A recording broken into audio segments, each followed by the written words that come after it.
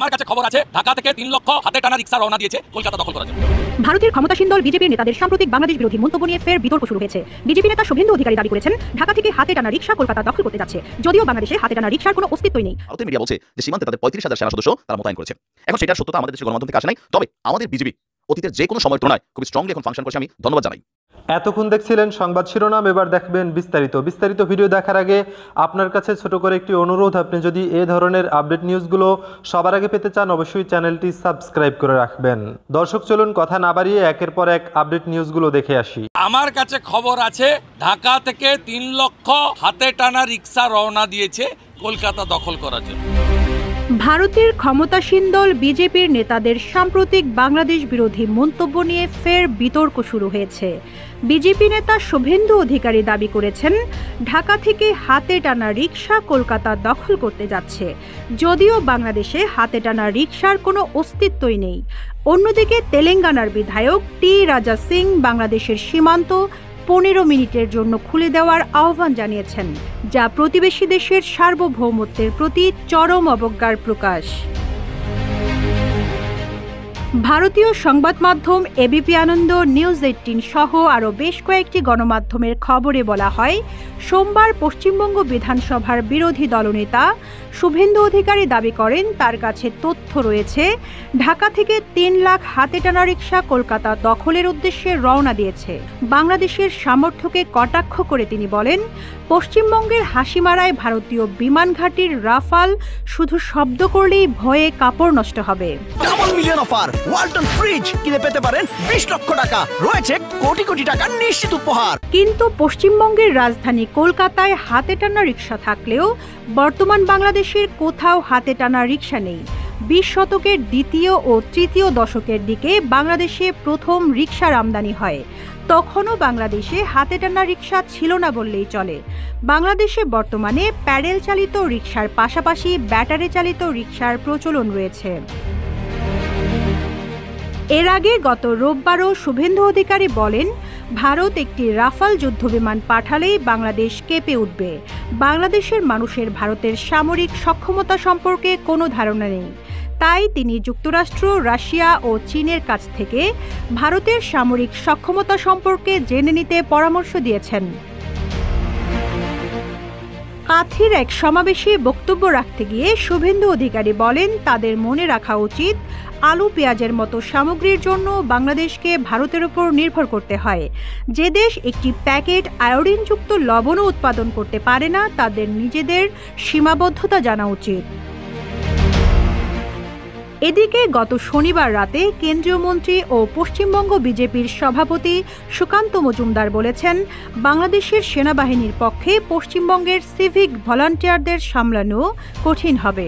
পশ্চিমবঙ্গের পুলিশকে সহায়তা করার জন্য 2013 সালে এই বাহিনী গঠন করা হয়েছিল।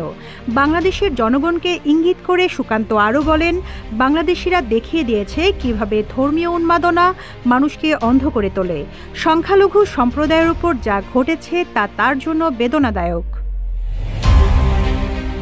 এছাড়া রোববার তেলেঙ্গানার বিজেপি নেতা ও বিধায়ক টি রাজা সিং ভারতের প্রধানমন্ত্রী নরেন্দ্র মোদীর কাছে 15 মিনিটের জন্য বাংলাদেশ সীমান্ত খুলে দেওয়ার আহ্বান জানান, যাতে তিনি বাংলাদেশে সংখ্যালঘু হিন্দুদের কথিত নির্যাতনের বিরুদ্ধে লড়াই করতে পারেন। এ সময় তিনি বাংলাদেশের পতাকা টেনে ছিঁড়ে ফেলে বলেন, যারা ভারতের বিরুদ্ধে যাবে তারা একই পরিণতি ভোগ করবে। পরে একটি তলোয়ার প্রদর্শন করে তিনি বলেন, এই তলোয়ার কেবল খাপের মধ্যে রাখার জন্য নয়, প্রতিটি হিন্দুর বাড়িতে থাকা উচিত। Rizwana Rinti, news desk, Ittefaq. আসসালামু আলাইকুম, আমি নাইম, দক্ষিণ কোরিয়া থেকে।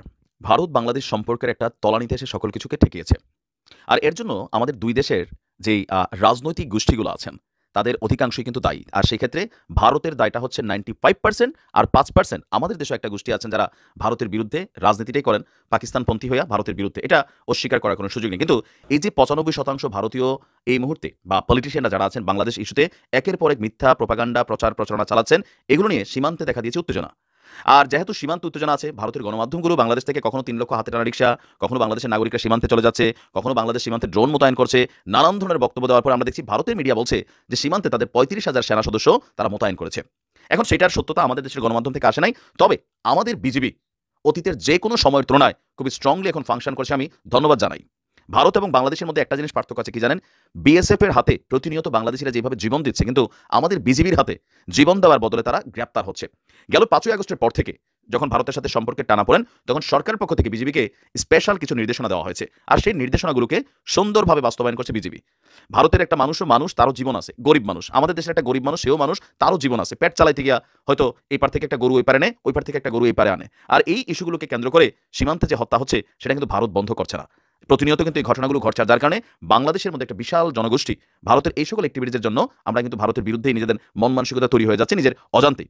এখন আমাদের যিনি স্বরাষ্ট্র উপদেষ্টা আছেন, লেফটেন্যান্ট জেনারেল অবসরপ্রাপ্ত মোহাম্মদ জাহাঙ্গীর আলম চৌধুরী, চলমান উত্তেজনাকে কেন্দ্র করে তিনি বলছেন যে সীমান্তে পরিস্থিতি অনুযায়ী ব্যবস্থা নিতে বিজিবিকে নির্দেশনা দেওয়া হয়েছে। ওই রকম নির্দেশ দেওয়া হয়েছে, প্রস্তুতিও সেই রকমই। মানে সীমান্তে যদি ভারত কোনো ধরনের উস্কানিমূলক কর্মকাণ্ড করে, বিএসএফ উস্কানিমূলক কর্মকাণ্ড করে, অতীতের মতন এবার আর ছাড় দেওয়া হবে না। অলরেডি গেল নভেম্বর মাস থেকে আপনার শুধুমাত্র নভেম্বর মাসেই সীমান্তে ভারতের সাথে আমাদের যে সীমান্ত আছে, সেখানে বিজিবি খুবই কড়াকড়ি অবস্থান নিয়েছে। বাংলাদেশ থেকে অবৈধ অনুপ্রবেশের সময় বাংলাদেশিদের যেমন আটক করছে, পাশাপাশি ভারতেরও 11 জন নাগরিককে কিন্তু আমরা আটক করেছি, আমরা তাদের গুলি করি নাই। আমি এই জিনিসটাই বলি, যদি কোনো বাংলাদেশি আপনাদের রাষ্ট্রে অবৈধ অনুপ্রবেশ করে, তাকে আপনি গ্রেপ্তার করুন। অবশ্যই সে অনুমতি ছাড়া এক দেশ অন্য দেশে যেতে পারবে না, গ্রেপ্তার করুন, কিন্তু তাকে পাখির মতন আপনারা শোয়াই দিবেন, এটা তো ভাই কোনো রকমে মানা যায় না। তো এখন স্বরাষ্ট্র উপদেষ্টা বলছেন কোনো সময় বিজিবি পিঠ দেখাবে না, আবার বুক দেখাবে। বিজিবিকে বলা হয়েছে সীমান্তে কোনো ধরনের উত্তেজনায় কোনো রকম ছাড় এবার আর দেওয়া যাবে না। কোনো উস্কানি যদি ভারতের তরফ থেকে এসে আমাদের দিকে আসে, তাহলে কোনো প্রকার ছাড় দেওয়া হবে না।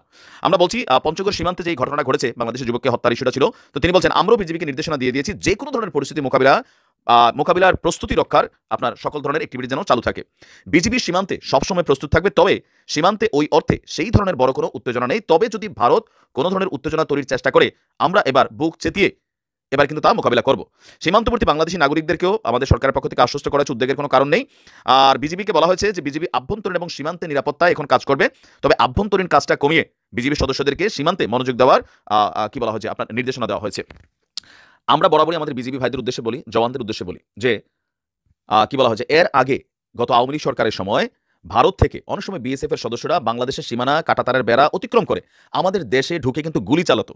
আমাদের দেশে ঢুকে বাংলাদেশের নাগরিকদের উপর তারা আপনার হামলা চালাইতো, ধৈর্য নিয়ে যাইতো। তখন আমাদের বিজিবি এক ধরনের বক্তব্য দিত, আর যার কারণে আমরা বাংলাদেশের একজন নাগরিক হিসেবে মনে করি যে আমার দেশ, আমার বিজিবি তাহলে সীমান্তে কি করছে।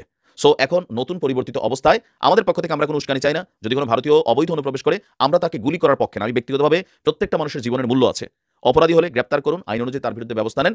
আর ভারতীয় বিএসএফ এর যে জওয়ানরা আছেন, আমি জানি না তাদের সরকার তাদেরকে কি নির্দেশনা দেয়, এটাই শুধু পার্থক্য বিএসএফ এবং বিজিবির মধ্যে। তবে আগের মতন সীমান্তে কাঁটাতারের বেড়া ঠেলা, আইসা অবৈধ কোনো এখানে স্থাপনা নির্মাণ, কোনো পরীক্ষা নির্মাণ, ঘাঁটি নির্মাণ, বাংলাদেশের সীমান্ত অনেক সময় এগুলো করছে বিএসএফ।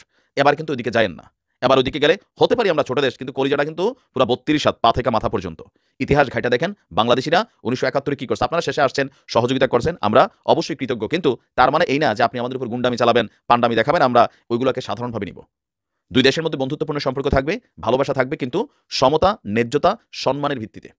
ভালো থাকুন। আসসালামু আলাইকুম। এতক্ষণ দেখছিলেন দেশের সর্বশেষ কিছু আপডেট নিউজ। এ সম্পর্কে আপনাদের মতামত কমেন্টে লিখে পাঠাবেন। ভিডিও ভালো লাগলে চ্যানেলটি সাবস্ক্রাইব করতে ভুলবেন না। এবারের মতো এখানেই বিদায় নিচ্ছি, শীঘ্রই দেখা হবে নতুন কোনো ভিডিও নিয়ে। ততক্ষণ সকলে ভালো থাকুন, সুস্থ থাকুন। আসসালামু আলাইকুম ওয়া রাহমাতুল্লাহি ওয়া বারাকাতুহু।